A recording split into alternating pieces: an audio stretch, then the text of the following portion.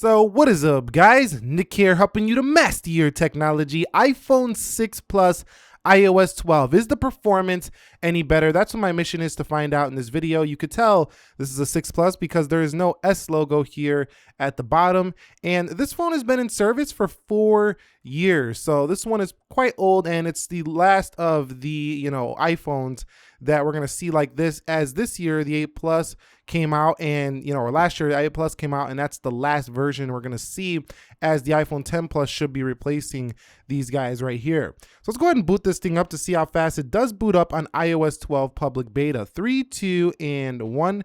And let's see how long it does take. Now, if you remember, I did a performance review on the iPhone 6. It was not that much improved on the first, developer beta of the iOS 12. So I don't expect this to be extremely fast here just yet. I don't think Apple has brought the full performance improvements, but if you want to download the public beta and just kind of see what it's working with on iOS 12 for your iPhone 6 Plus, this could be a good video to serve that purpose. So we're at 30 seconds now, and the iPhone 6 Plus still hasn't booted up. So these older devices, they do take quite a bit of time to boot up, but there we are at around 33. I was a little bit late on the boot up, so not bad here for the iPhone 6 Plus. Hey guys, so here we are at the lock screen for the iPhone 6 Plus, and I want to test the camera and just see how fast the lock screen does respond with the Touch ID. So I have the 8 Plus here for the Touch ID test because I want to see how good first gen Touch ID is versus the second gen here. 3, 2, 1, and you could see that's not bad. That's pretty close actually. 3, 2, 1. So fingerprint really good there for iOS 12 on the iPhone 6 Plus, as you're seeing right here. That's pretty close to the 8 Plus actually. So I'm pretty impressed with that performance starting on the lock screen. So what about the camera? They say the camera is going to open much faster for iOS 12, and you could see that's not bad beginning on the lock screen. So let's go ahead and test that next to the iPhone 8 Plus to see if there's a huge difference. Hold on. Let's go ahead and do that again. 3, 2, 1. And you could see not bad. iPhone 6 Plus looking pretty solid on that camera game. So not that much off from the 8 Plus when it comes to the camera lock screen speed. So that's a nice improvement so far. It looks like it's going to get faster overall, at least when it comes to getting in your phone and getting that picture moment that you don't want to miss from the lock screen. Hey guys, so for a quick confirmation of software, iOS 12 16A308E for the iPhone 6 Plus. Okay guys, so here we are at the home screen of the device, and you can see just scrolling through, this has never been too much of an issue with basically any iOS device, and the same remains true here.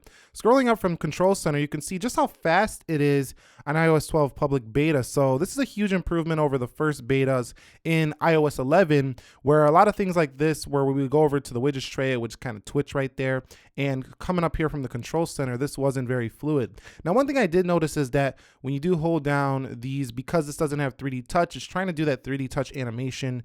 It can look a little bit slow here when punching in to go into these little controls. But overall, it's not too big of a deal. I don't think most people are going to care too much about that, but you can see a visual disturbance there as it doesn't have 3D touch and it's trying to do that animation. So I wish Apple would fix that and make it on these older iPhones that don't have 3D touch, just look a little smoother here when it comes to these toggles.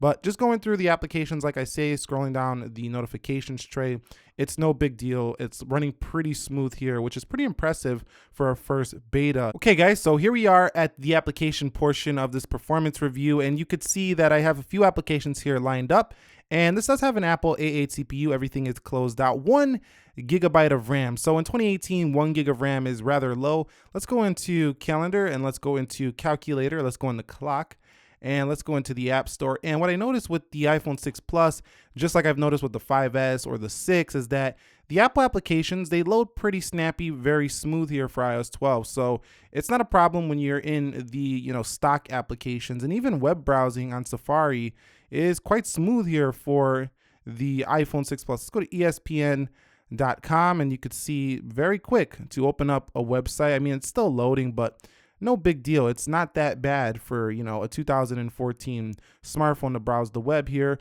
or use the stock Apple apps. But when you start getting into these third-party apps, that's where you see a slowdown in performance on some of these older iPhones, such as the 6, the 6 Plus, the 5S, these older, iPhones. So there we go. You see how Twitter just kind of lagged a little bit and took a while to go ahead and open up. And the scrolling, nice, but not very fast like some of the newer ones. Let's go into Instagram, And let's see Instagram, how that performs.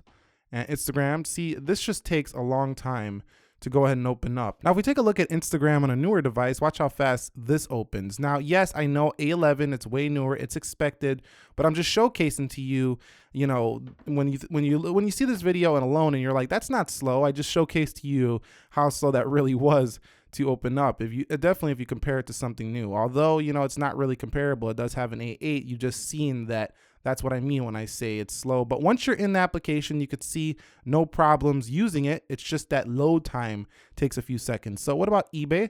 And we might see the same thing here in terms of the load time to get into the app. So this is where, again, this is just, you know, the A8 combined with the 1 gig of RAM is where the load times just take a second. So you got to be a little patient for these apps to open, but once in the apps, they run fantastic. So here is Amazon, and we do use Amazon to shop, many of us. So waiting a little bit, and there we go. So again, just a little bit of patience and you'll be fine on iOS 12 beta, public beta at least. Let's go into Jetpack Joyride. Now, gaming has always been very good on iPhones, and the iPhone 6 Plus can still run these games rather efficiently, and they don't really crash or anything like that. They do take a little bit longer to load, just like the applications do over, you know, like a newer phone. But once you get in, again, they perform just fine. The battery life does drain a little bit more on this older device when it comes to gaming on the day-to-day, I've noticed, because of the efficiency of the older internals just doesn't match up like the new ones do. But overall, you can see we're going to get into the game. Once you start playing, though, I don't have a huge problem, at least on some of the more casual games. You can see no problems here playing Jetpack. We can have some fun on the 6 Plus. I'm not going to go too long into that. So let's go ahead and load up Dead Trigger 2 now and see how long this does take to load up. Now, the more graphically intensive games such as this one do heat up the phone a little bit, but that wasn't too long to load up for a 2014 smartphone.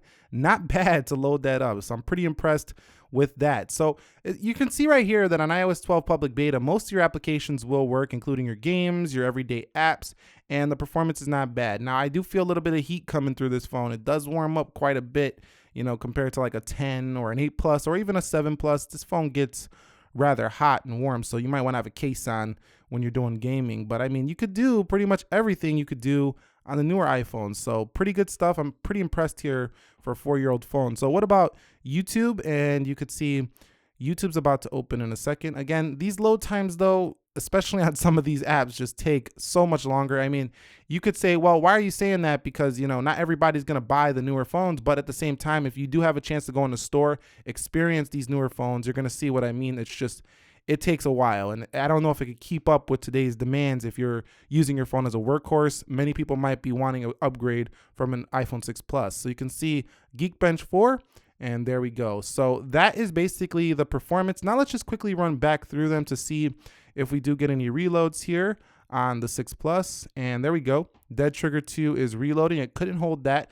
Now, this is where, you know, you're going to struggle with the 1 gig of RAM. The phone's not going to be able to hold a lot of applications in the background. You can see it froze that one, paused it, and then it's going to reopen it there. Amazon, you can see that one's not open either. Let's go into eBay again. Not open. It's reopening it there. It's a screenshot. You could see Instagram for the reload, and everything is basically reloading here. So here's where the 1 gig of RAM comes into play. Twitter, a total reload. Here on ESPN, yep, it's reloading ESPN as well. Don't even think about having multiple tabs in Safari. It's over with. So let's go into App Store, and you could see another reload. Even the clock wasn't ready to go. And let's go into Calculator. That was about the same, and calendar, that had to reload as well. So this phone is not very efficient at multitasking anymore. So if you're trying to multitask on iOS 12 public beta, at least the public beta for the iPhone 6 Plus, it's not going to happen. But I don't expect that to happen anyway, because the 1 gig of RAM is what really pulls the iPhone 6 Plus down. So that's it. We have arrived at the conclusion of this video. Is the iPhone 6 Plus's performance on iOS 12 any better? Well, I would say at the current point in time, somewhat. Like in some areas it feels faster, like opening the control center, scrolling felt faster right when I downloaded it, and it looks pretty. It's got some new features, but it's somewhat faster in some ways. Some applications open faster. I feel like the camera opens a little bit faster than before, but the overall applications like third party, still not too much of a difference. They're still a little bit slow to open, and the load times and multitasking That's mostly due to the 1 gig of RAM. I don't think iOS 12 can help you out there. That's a hardware limitation for the iPhone 6 Plus. So I think it's looking good in comparison to last year when iOS 11 first came out and it slowed the phone down quite a bit. I think it's going to get even better for the 6 Plus, and it's looking good because this is an early beta stage and it's already not that much different from iOS 11. So we have a lot of ways to go here. If you want to download this, I don't recommend it as a daily driver. Its battery is not quite as good as iOS 11. Also, it's not quite as stable as iOS 11 at this current time and point. But if you really want to try it out, I don't think it's going to be too bad if you really need to have your hands on iOS 12. So that's iOS 12 for the iPhone 6 Plus. What is your experience with the 6 Plus on iOS 12? Go ahead and comment your thoughts down below if you use one of these devices to help the community out. If you found this video helpful, enjoyable, entertaining, informing, click the like button for me. And if you're new here, consider subscribing for more. Nick here helping you to master your technology. Be sure to be well and peace.